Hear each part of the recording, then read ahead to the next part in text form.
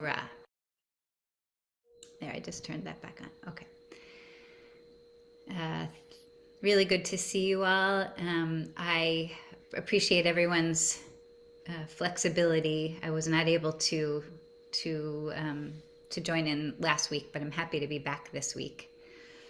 And really was struggling with missing last week because to miss out on Parashat Shoftim is wow. But luckily, the Torah has been around for a long time, and I expect that it will continue to be. So there'll be other opportunities for that. This week, Parashat Ki Tetzei, we're like crossing over the midline of the book of Deuteronomy, which means we're also coming soon to the end of this year's journey through the Torah. And I have something I'd like to study with you today from Parashat Ki Tetzei. By way of introduction, I'm reminding us what I think we already know about this parasha, which is that it's really something like a smorgasbord of many important teachings, some famous, some less famous. I always imagine the editors of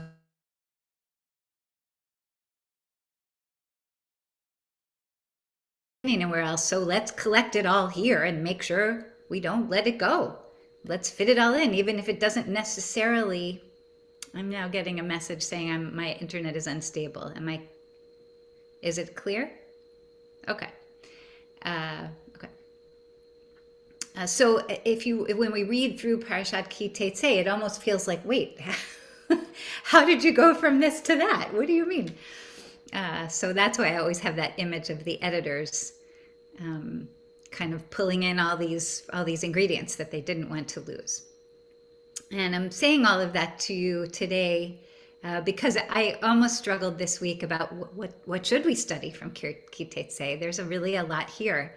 One thing that I was aware of as I was preparing that I just hadn't noticed as much before is there's a segment that deals with violence against women, which is remarkable. It's remarkable that a text this ancient would actually go out of its way to acknowledge that women can be violated and that they have rights in those violations. It looks to us so misogynistic, but in fact, it was probably the opposite. It was a very, very progressive, forward-thinking social policy. With that acknowledgement, I do want to move on to the end of the parasha with you, to the moment where Moses invokes the memory of Amalek. So I'll just go ahead and screen share.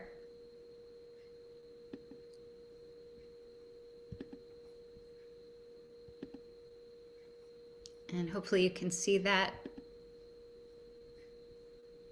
Let me move this over here. Go, there. Okay, so my subtitle here is "You're Tired and You're Poor," and I think you'll see what I mean as we get into it. Before we look at the text from Devarim, I have here on the sheet some of the texts from Exodus, which is where we first meet Amalek. So and remember that, of course, in Devarim, throughout the whole Sefer Devarim, the whole book of Deuteronomy, Moses is reviewing, redigesting, kind of reorganizing the whole experience that the children of Israel have been on, and asking them to remember different moments as he talks them through a review of their experience together. So what happens this week in Parashat Ki Tetzei is him referencing what happened much earlier. You can see this is Exodus 17. Exodus 15 is when they come out of Egypt. So this is very early on in the journey. So let's just take a look at this and kind of remind ourselves of how the interaction, the relationship with Amalek begins.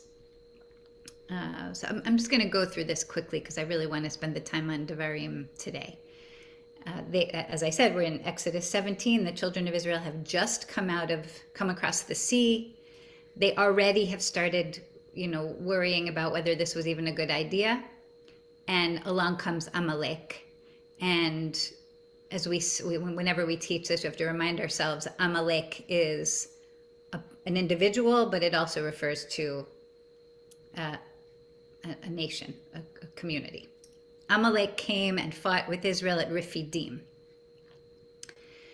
Moses and Joshua, take over command of the resistance. Just going to skip down here. Look at verse 11. Whenever Moses held up his hand, Israel prevailed. But whenever Moses let down his hand, Amalek prevailed. So have the image of Moshe, Rabbeinu, trying to find the koach, that strength to lift up his hand. And just hold that image in your mind for a minute, because we're going to come back to it in a second. At certain times, look at verse 12 now, his hand would grow heavy. It's hard to hold up your hands for a long time. So they would take a stone and put it under him, and then Aaron and Hur would help hold up his arms on each side so that Israel could stay strong and survive this attack. And finally, verse 13, in fact, Vayachalosh Yehoshua, Yehoshua overcame the people of Amalek with the sword. So they came through the battle. And then this is just continuing the next couple of verses.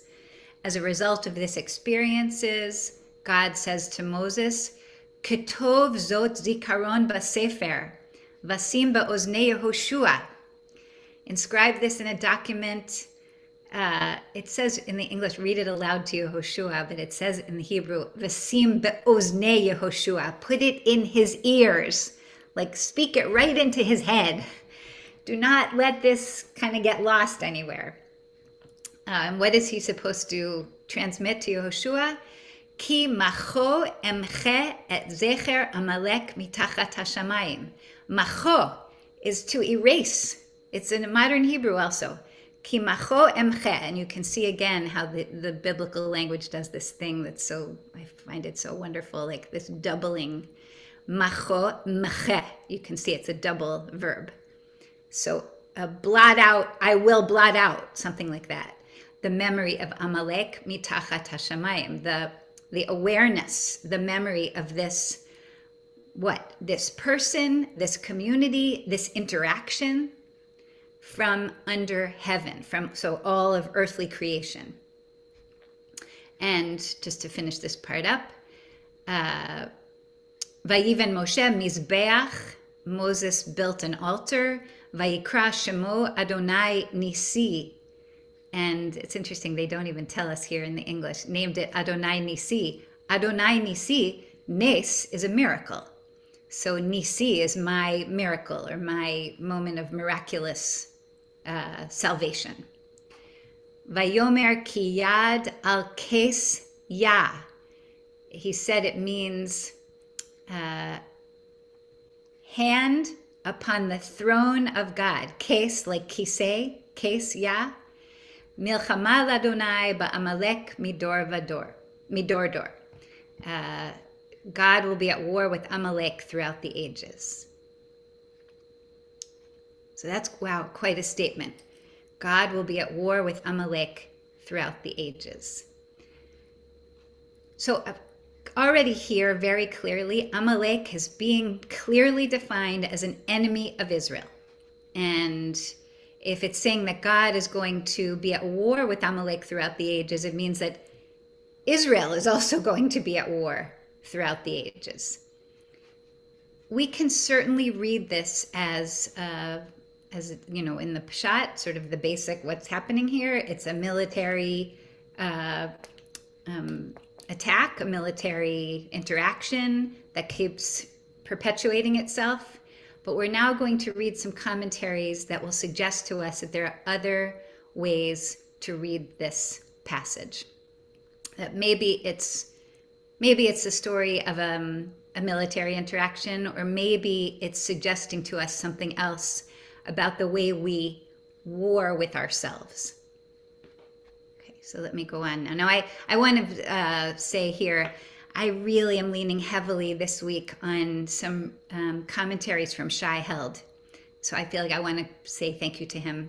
These are some commentaries of his, and then some texts that he points to, other commentaries that are from his book, The Heart of Torah.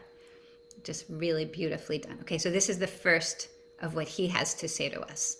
Can I ask for an English reader here? I don't know, Luther, would you? Sure. The centrality. Yeah. The centrality of Moses' hand and staff in the story calls to mind Israel's recent departure from Egypt. When the sea is about to be split so that the Israelites may cross, God instructs Moses, "You lift up your rod, mateh, and hold out your hand, yatka, over the sea. Hold out your hand over the sea and split it." Okay, so pause for a second. Just look at the number of the citation. This is Exodus 14.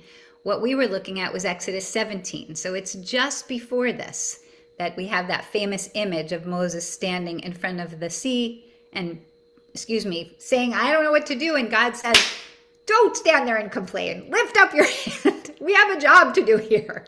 Okay, sorry, Luther. Keep going. Of course. In light of the parallel, biblical scholar Terence Fretheim Mhm. suggests that what we have in our story is Pharaonic conflict revisited. Pharaoh may be dead, but Israel is not thereby forever free from such chaotic powers embodied in historical enemies. In its savage strike against Israel, Amalek makes clear that the brutality of Egypt lives on. Amalek is thus Pharaoh redivivus. Mhm. Yeah, I don't, I mean, it's Latin. Latin. Yeah. So interesting here. Thank you, Luther. Beautiful reading, as always. Interesting that Shai Held is drawing on, as you see, he's quoting yet another scholar who's saying how does he put it here? The brutality of Egypt lived on. We might say the trauma of Egypt lives on. The people have left, you can take you can take the Hebrew out of Egypt, but you can't take Egypt out of the Hebrew. And that what an interesting question for us to ask ourselves as inheritors of this sacred mythology, inheritors of, so as far as we know, the DNA that we now know gets passed from one generation to another. Egypt lives in us. The experience of being oppressed, the experience of being under attack, the experience of being chased and pursued and living with adversity like that is still alive. So he's saying it shows up again with Amalek, but I think the idea can be stretched even further. Okay, anything to comment on this? Anybody? Nothing. Okay, let's keep going then. All right, so now here's the passage from this week's parasha. This is the end of Deuteronomy, of Kitetse, from chapter 25 of Deuteronomy. Very famous passage. We're going to hear it this coming Shabbat on the Bima. And it's also, you'll recognize it because it's also the special maftir that we read on Parashat Zachor, the Shabbat before Purim. Okay, so just to review the text. Zachor et asher asalecha Amalek. Remember what was done to you by Amalek, baderech b'tzeitchem mitzrayim, when you were on your way out of Egypt. Asher korcha baderech. So this word is interesting. Korcha. Let me see if I can highlight it. It connotes like suddenness, like Amalek sort of came out of nowhere. This was not a premeditated attack, perhaps. And as we'll see in the commentaries, the rabbis are interested in this. Like, why come after this vagabond group of ex-slaves? What's so interesting about that? Okay, let's keep going. Came and attacked you suddenly on the road. Vayizanev becha kol hanechashalim acharecha. V'ata ayef v'yagea v'lo yareh Elohim. And I'd like to dwell with you on this for a minute. Vayizanev becha kol hanechashalim acharecha, came at the stragglers in your rear. Your nechashalim, we had that word earlier above, actually. Look at this. I love when we can find these things. Oh, sorry. See the root here, chashal, is ones who were weakened or who were disabled, maybe not in the way we use the word disabled nowadays, but in other words, like disabled from the journey, or they were, I don't know, children, elders, people who didn't have as many resources to make this journey. Just look at that and then look up here for a second. Now, can I find it quickly? Yeah. Vayachalosh. Same word. In this case, it's Joshua disabling them. Joshua, overcomes them or makes them weakened somehow. Here it's describing those children of Israel who were at the back, acharecha, ve'ata ayef ve'yagea. Sorry, let me get rid of that. You, ata, meaning you, Israel, were tired and weary, ve'lo yareh Elohim. So this, what is this saying? Did not have yirah, did not have awe for God. And it's classically understood as Amalek. Amalek didn't have awe, so kind of came at the people because he wasn't afraid of God. But it's been pointed out by others that Israel is referred to in the first person here, first person singular, ata. It doesn't say atem ayefim, you plural were tired. It says ata ayef, you singular were tired. And so you could apply this velo yareh Elohim to this. Lo yareh Elohim, you did not have awe, that someone didn't have awe for God, could apply to Israel. So I'd like to come back to that also, but I want to spend it all here yet. Okay, let's finish this passage. V'haya b'haniach Adonai Elohecha lecha mikol oivecha misaviv. So when your God grants you protection from all the oivecha misaviv, all the enemies around you, ba'aretz, asher Adonai Elohecha noten lecha, the land that your God is giving you, nachala, as a behest, as a inheritance. That's the word I was looking for. When you come into that land and you take that land that is yours, timche et zecher Amalek mitachat hashamayim. Wipe away the memory of Amalek mitachat hashamayim, lo tishkach. So first of all, here we go again. Here's our word. Timche, meche, remember we had above here? Where am I? Ki macho emche, it's the same word. To erase, to wipe away, to blot out. So we have it again here as an imperative. You must blot out the memory of Amalek.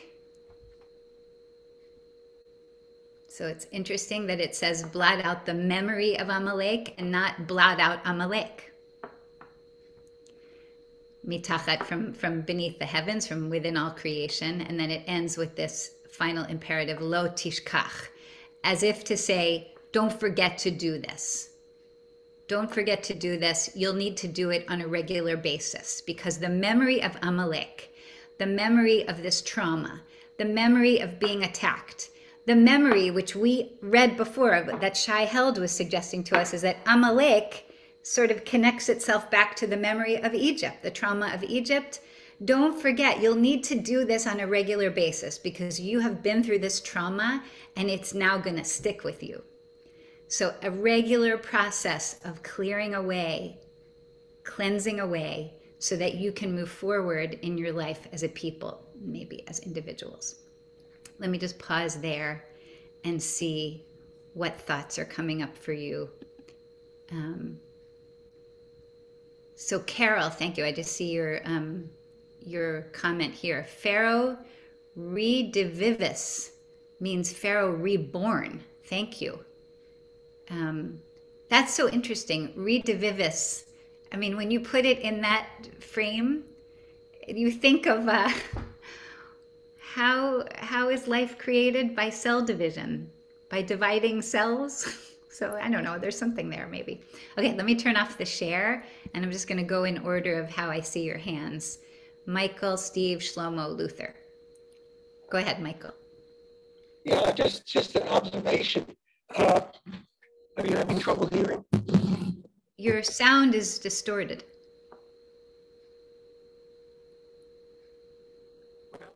If it's distorted, then I'll just pass, unless it's better now. Yeah, it's very hard to hear. Maybe. Okay. I'll come around and try at the end of the list. All right, let's try the others and see if we can come back to you. Steve, go ahead. Yeah, well, I'm sure this has been talked over many times, but the idea of blotting something out and then having it so prominent in our text again and again, it's the old, it's the tension between the ultimate commandment to remember that we have throughout our history, with these commandments to blot this out. And I wonder if from a psychological point of view, if it's really, don't let this engage you so much so that you are frozen and you can't move on. So it's sort of like, put that behind you, put it aside. Don't let its shackles continue to pull you back into the grief of the moment, or the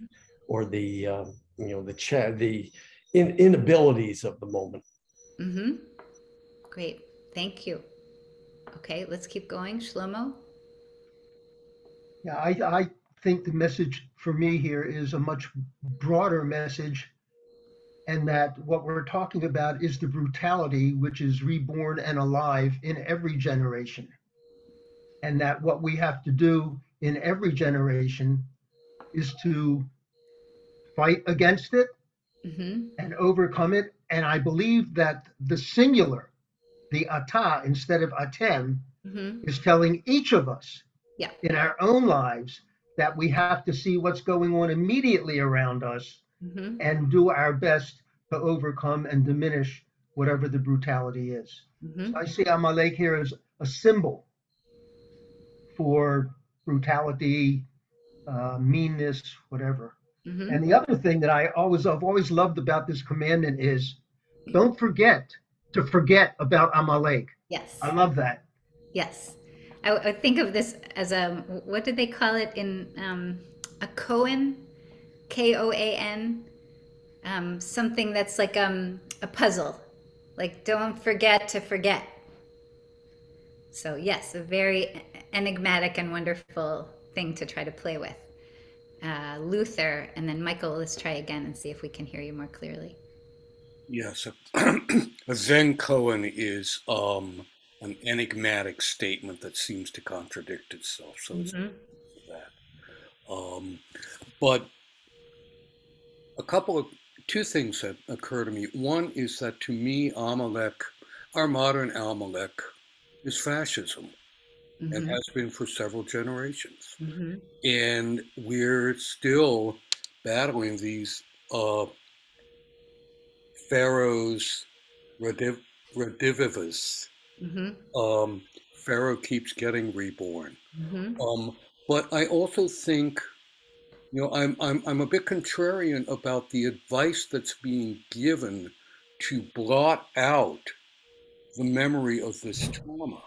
I'm not sure that that's really an effective strategy for individuals who are dealing with post-traumatic stress disorder, for one. I think it complicates things to try to suppress those memories. And so I would suggest that for societies I'm not sure how helpful it is. What if we told all African Americans, look, just forget about slavery? In fact, aren't there people telling them that? And Yes. we all know that that's not really great advice. So I'm just kind of torn about that. Yeah, what an interesting sort of twist on that. I can't help but look at Beth Sperber-Ritchie and wondering, Beth, from a psychologist's point of view, if you have anything, no pressure at all, but if you want to say anything about this. No, I'm serious. I don't mean to put you on the spot, but I think it's an interesting thing what Luther's bringing up here. 100%. And he's 100% right. And I don't feel pressured. I mean, literally, what we do when we're treating post traumatic stress disorder is help people reprocess the trauma. And the reprocessing of the trauma means remembering it, like going back through it in an environment that is safe and supported and, has all sorts of safeguards in place. But Luther's absolutely right. It gets more complicated when you have to uncover the trauma. If the trauma is still in memory, it is easier then to reprocess it.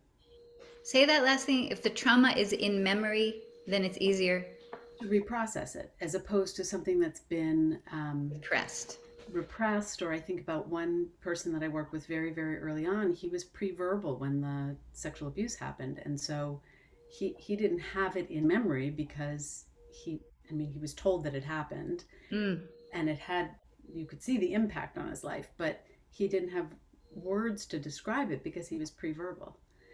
So it, much more complicated to then reprocess a trauma if you can't even talk about it or you can't remember it. So I think Luther's 100% on target. I have more questions about this, but I want to move on for now and see if we have time maybe to come back to this. Bruce, do you have your hand up? I think you do. Don't forget to unmute. Bruce, we can't hear you yet. Sorry. I always thought the great tragedy was the slavery the Jews went through in Egypt. 400 years of exile and slavery, which was God's doing. That is what God wanted to do to them, okay? The escape from Egypt was also God's doing. According to what the rabbis were doing in the Haggadah and so on, people had nothing to do with it. It was God's strong arm that took them out. So were they supposed to protect themselves against Amalek, or was that God's responsibility? And so, I'm just wondering about what are we supposed to remember and what are we supposed to forget? And how much of this, so I have some problems with a lot of this, because this paragraph that we read justifies the extremists in the West Bank. They just call the Palestinians the Jewish extremists. The Jewish extremists. Yes. And this is God's commandment of how they are supposed to behave. Correct. Right. No, no question.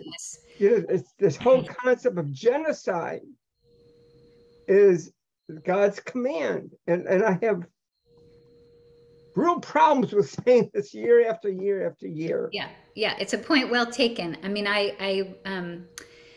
so I think it was maybe the Purim before the pandemic. So a year before the pandemic, which would have been March of 2019, I guess.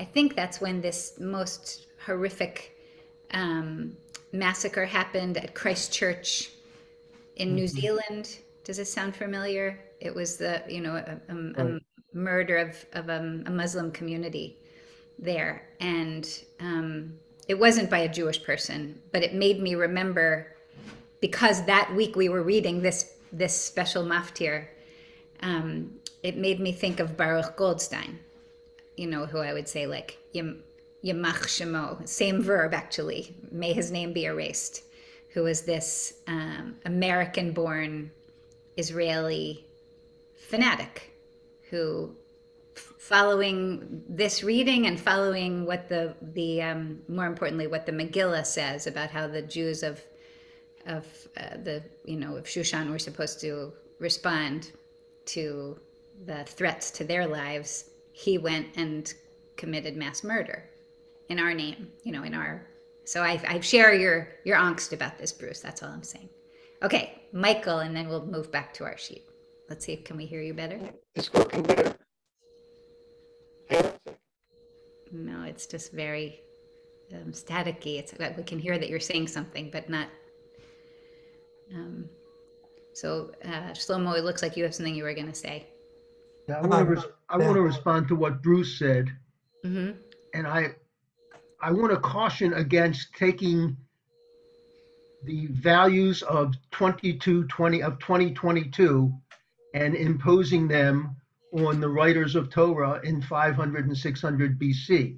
Mm-hmm. I think that what was going on in those days and the exile of the whole northern kingdom of Israel by the Assyrians stands, as an example of this. But what was going on in those days is you wiped out and you took over the land of your enemies, and everybody did that to everybody else, Mm-hmm. which is not to say that Bruce's sensitivity here is incorrect, but I would be careful about imposing our values on the writers of Torah. Mm-hmm. Very fair. Very fair. Thank you. All right. I want to go back to our sheet because I have more things I'd like to look at with you. Is this right? Oh, here it is. Okay. There. All right. So let's come back here. So here's a passage from Midrash Tanchuma. And I'm giving thanks to Rabbi Shai Held, who mentions, who invokes this, but I thought it'd be interesting to look at it together. Interesting. Rabbi Berechia b'shem Rabbi Abba bar Kahana Amar, Kol zman shezar'o shel Amalek kayam, ki'ilu kanaf mechase et hapanim. As long as the Zera, the seed of Amalek, remains alive in the world, it is as though Ki'ilu kanaf mechase et hapanim, like a wing, or like a, I don't know how I'm doing this somehow. What are you saying, Shlomo? A wing. Okay, yours is covers over hapanim, the face, but it looks like it means God's face. And I couldn't help, we're in the last weeks here before Rosh Hashanah, mechaseh, to cover over, or to hide something, or really to cover over. We hear it in the passage that we say on Erev Rosh Hashanah that announces the arrival of Rosh Hashanah. I'm just playing with Hebrew here, nothing else. Tiku v'chodesh shofar b'keseh leyom chagenu. When the moon is covered over, that's when you see only the tiniest sliver. That's when you know it's Rosh Hashanah. So it's just playing with that word. Okay, going back to this now. Avad zar'o min ha'olam, lo yikanef od morecha. Okay, let's see. When the seed has passed from the world, and now they're quoting from Isaiah, your teacher, meaning God, will no longer be hidden.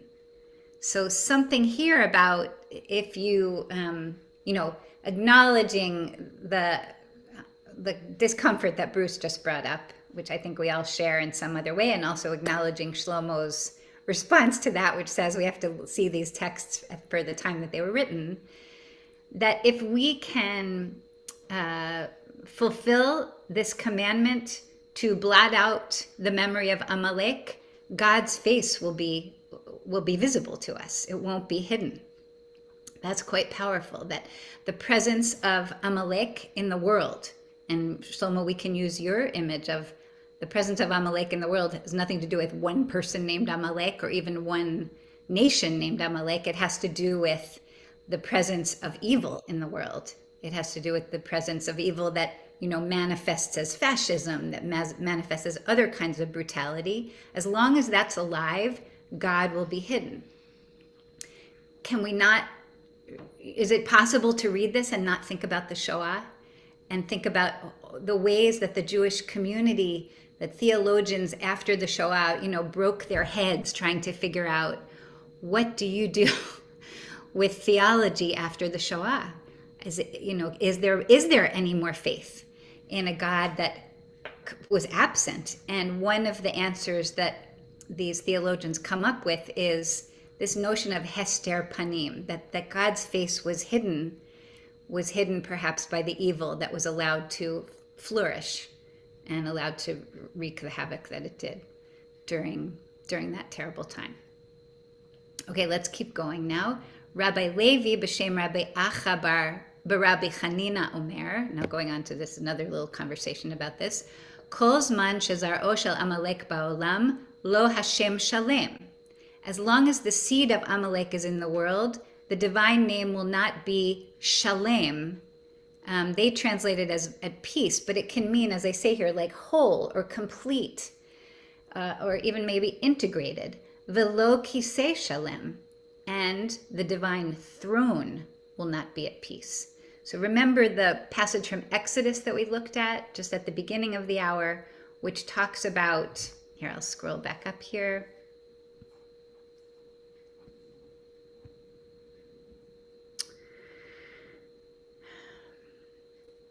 This interaction with Amalek activated this relationship of being at war.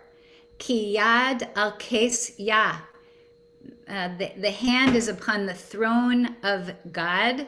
Milchama ladonai ba'amalek midordor. God will always be engaged in this kind of battle for the soul, if you will. So maybe it's not just a physical battle, but it's a battle for something deeper. Okay, let me go back down to our Tanchuma here.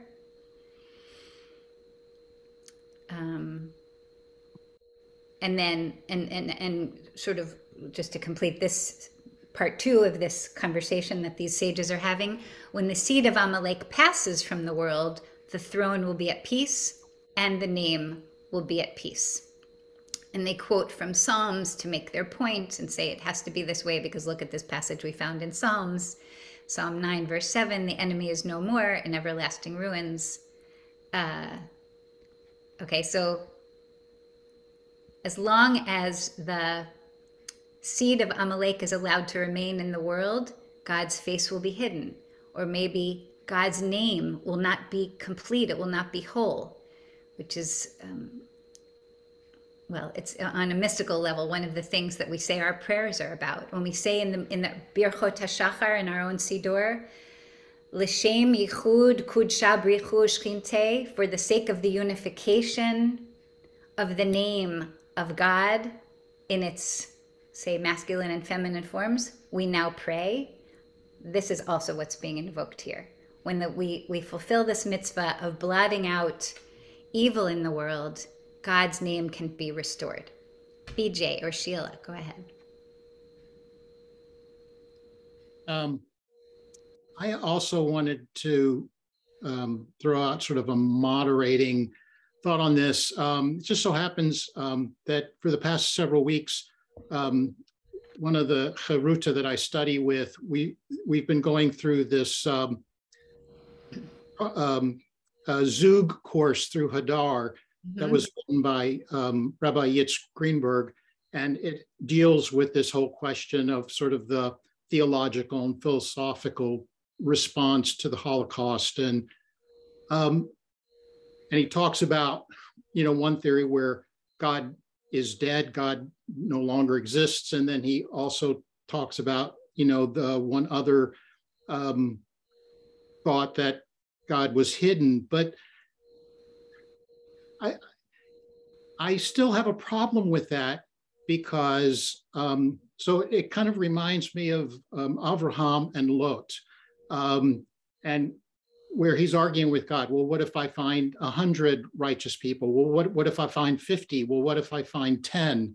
Yeah.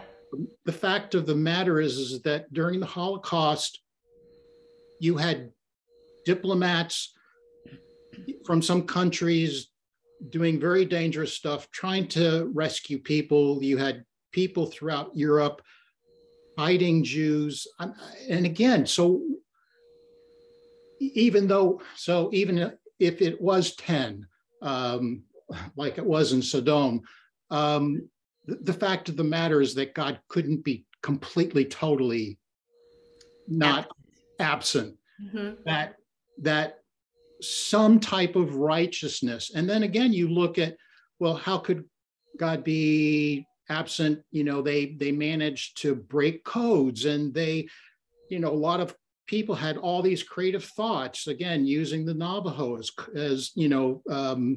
to provide, code, and just the whole creativity, and just all of the fact that in many of the large offensive movements, so many things, including weather and communication, and everything had to kind of come together just right for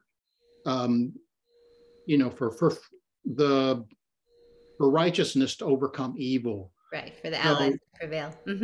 So again, it makes it harder to kind of struggle with it because I have yet to see a time, really any time in history where supposedly God is completely absent and not involved in some small way in terms of righting wrong or helping justice and righteousness to prevail. Thank you for holding up the flag of faith for us.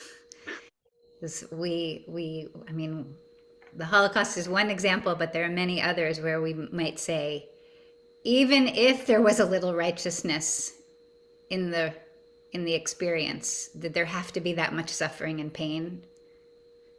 Was God not able to be revealed, or the force of good in the world had to be almost completely eclipsed? So it's a painful question. So thank you for encouraging us to think that that presence was there, if not completely visible at all times. Okay, let me go back to our. Can you hear me, Rachel? Can you hear me now? Yes. Yes. Michael, if you can hear me now, then let me try this. Yeah, if you can briefly, because I do want to move I'll be very brief. There's an overarching theme within all of Torah that mankind is above the animals and must get himself and stay above the animals. What Amalek did was to attack the people out of Egypt the way animals attack the back of the herd, the weak ones. It was total animal behavior. And so if then we go to what we just read, God and heaven will be happy when mankind is able to completely rid themselves of animal instincts. And that's what Amalek is about, the animal instincts, and you must always get rid of it.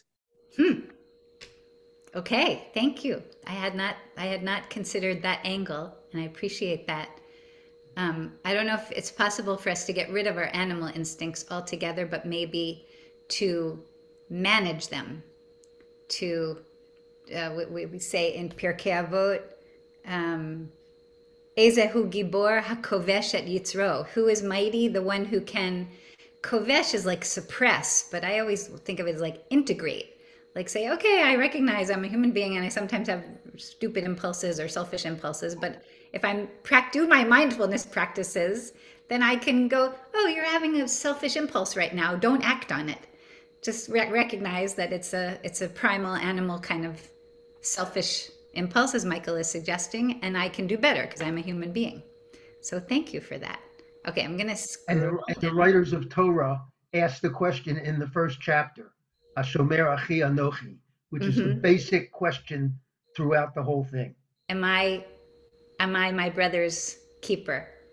And the answer is, yes, you are. You're supposed to be. Okay, this is just a little bit, so this is from Mechilte de Rabbi Ishmael, who I think is a little bit later than the Tanchuma, like the Tanchuma is earlier in Jewish history. This is just exploring this notion of exactly how Amalek attacked. And let's see what this says. Vayavo Amalek. Amalek came. This verse is they quote now from Job. Can the rush grow without swamp? Can grass grow without water? So Israel without Torah. And because Israel separated from Torah, therefore Amalek came upon them. If we looked back at Exodus, I mentioned this very fleetingly at the beginning of the hour. Those passages that we looked at in Exodus, immediately before them, Israel has just come out of Egypt. And we all know this. What's the first thing they do when they come out of Egypt? After they have the beautiful dance with Miriam and everything, the first thing they do is complain. Because the first thing they do is say that we're upset, we're scared, probably we should have never left. And I think that's what this midrash is playing with. Like, they were without Torah, they were separated from Torah, they were filled with anxiety and complaining. That's how Amalek found his opening. For the foe comes only by reason of sin and transgression. And so, therefore, the midrash says, Vayavo Amalek. Amalek sneaked under the edges of the cloud and snatched the souls of Israel and killed them, by way of this chapter 25, verse 18, which we read above, who met you on the way. I really would like to show this in the Hebrew. 18. Asher korcha baderech, who kind of surprised you on the way, or like came at you suddenly and attacked your rear, but like without any warning. Who met you on the way when you were faint and weary and did not fear God. And finally, like, they sneak this in at the end, but it's such a big, important point. Achirim omrim, others say, Velo yareh Elohim, Elo Yisrael. When it says Amalek did not fear God, this isn't about Amalek, this is about Israel. Shelo hayu beyadam mitzvot. They didn't have the mitzvot in their hands. The children of Israel had not been to Sinai yet. They had not been given the Torah. They didn't know how to live. And so the ones who didn't have awe for God, it's not about Amalek. It's about Bnei Yisrael. It's about the children of Israel. Now, of course, we look at this and say, how can we blame them? They hadn't gotten to Sinai yet. What were they? They were just a bunch of slaves. They didn't know how to live yet. We can't pick on them for that. But I think another way we can read it is, at least we who have been taught better would know not to leave the weak ones at the rear unprotected. We would actually say, in our society, we'd say, wait a minute, who needs extra help here? Let's look and see, and not leave the vulnerable ones open to attack. Don't leave them at the back. Don't leave them at the, wherever it is that they can be attacked by Amalek or whoever it is that's coming at us, whatever challenges are coming in our lives. So that's how I understand this. When it says Israel did not have mitzvot in their hands, I can't blame them for they hadn't been to Sinai yet. They didn't know. But as human beings, you would hope even slaves would know not to put the elderly and the children and the disabled at the back of the caravan, but to surround them and protect them so that they couldn't be attacked in that way. Okay, one more piece from Shai Held. This one's a little bit longer, but hopefully not too long. Does somebody else jump in here and read? Maybe a woman, since we have mostly... I'll do it. Whoever said I'll do it, please do it. That's me, Myrna. Myrna, please. During the Shoah, many Jewish thinkers equated anti-Semitism with Amalek. One can easily imagine a Jewish thinker extending the image in a more generalized way to people who behave in monstrous ways, brazenly and remorselessly attacking the innocent. Think, for example, of ISIS. This is eminently understandable. Amalek is the rhetorical device in Judaism's arsenal for speaking of utter ruthlessness and inhumanity. Okay, so pause for just a second, just catch what he's saying here, which we've been talking about. Amalek is the rhetorical device. Amalek symbolizes in Jewish consciousness utter ruthlessness and inhumanity. Okay, Myrna, keep going. And yet, such moves are also extremely dangerous. In labeling someone as someone an Amalek, and thus raising them to the level of metaphysical evil, we run the risk of giving ourselves license to behave in savage ways and attempting to root out savagery. In the process, we may become the very thing we set out to combat. Okay, pause again if you don't mind. So Shai Held is saying to us, wow, when we read this commandment, Timche et Zecher Amalek, to wipe out the memory of Amalek, not to forget to do it. In the process of fulfilling that commandment, we become like Amalekites ourselves, perhaps, and that's dangerous. Okay, Myrna, keep going. If we wish to employ the language of evil, we must be vigilant, lest it pave the way for us to behave in evil ways. The Hasidic master, Levi Yitzchak of Berditch. How do you say it? Berditch.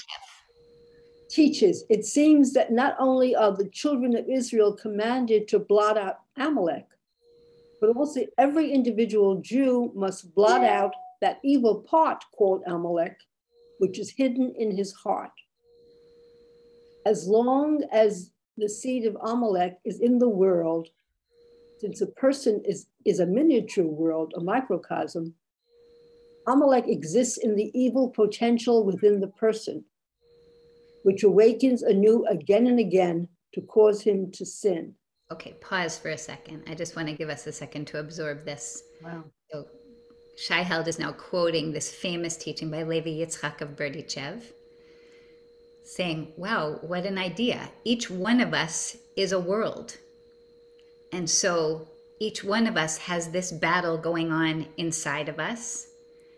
Amalek exists in the evil potential within each of us, which awakens anew over and over and causes us to transgress. And so we have to be careful about how we engage with this part of ourselves if we accept this notion. Okay, Myrna, go ahead. Okay, he's quoting from Kedushat Levi, Parashat Zakor. Right, Kedushat Levi is Levi Yitzchak's like nom de plume. Although Levi Yitzchak no doubt intends to offer a psychological, spiritual interpretation of the mandate to blot out Amalek, his comments have important implications for the moral, political realm as well.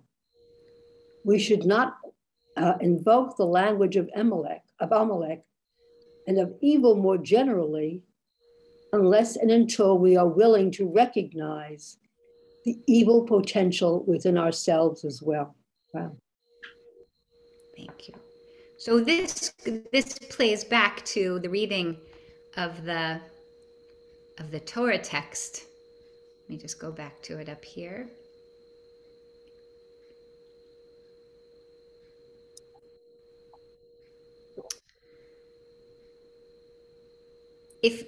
If you accept this notion where it says that you were tired and weary, velo yareh Elohim, you didn't have awe for God. This is about you, Israel, falling short of the command to be in touch with that spark of life, with that higher potential towards righteousness that we call God.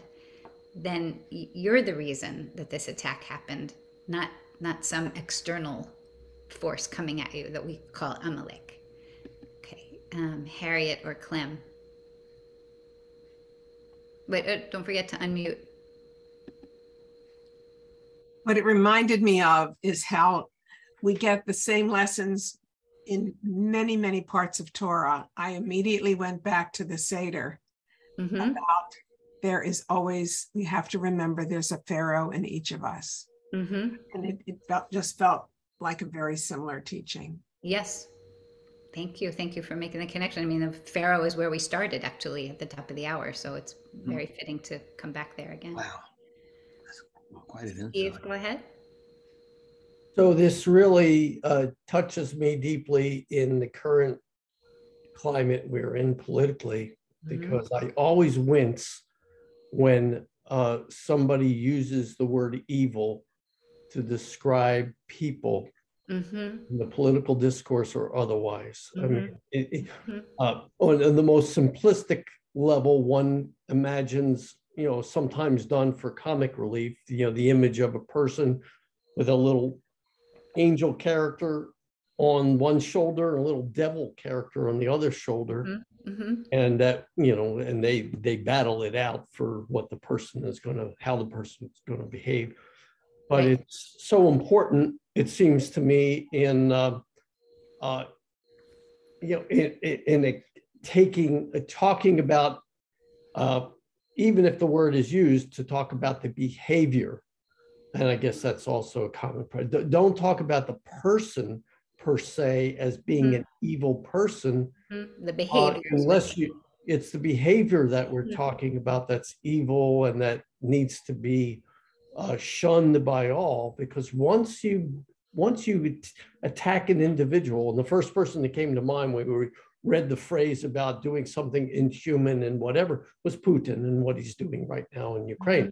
But if one brands an individual as evil and uses that terminology, basically you're saying there's no redeeming quality to that person's humanity or behavior or whatever. And that leads to a path where there's either no desire for compromise or no approach taken to try to find some common ground. Right, and even some tshuva, even for them to say, I think I should, okay, you're right, I shouldn't have attacked Ukraine. Let me pull back my military, and if only.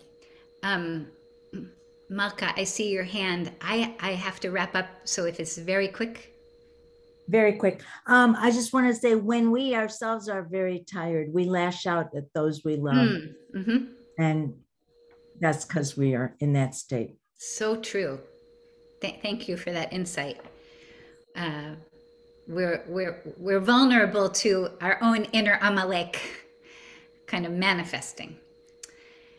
So thank you all for tuning in and for chewing on this difficult text together. I continue to be fascinated by it myself, and I'm very grateful to have a chevra to help me find new insights. Everyone, have a good rest of the week and keep well, and hopefully we'll see each other on Shabbat.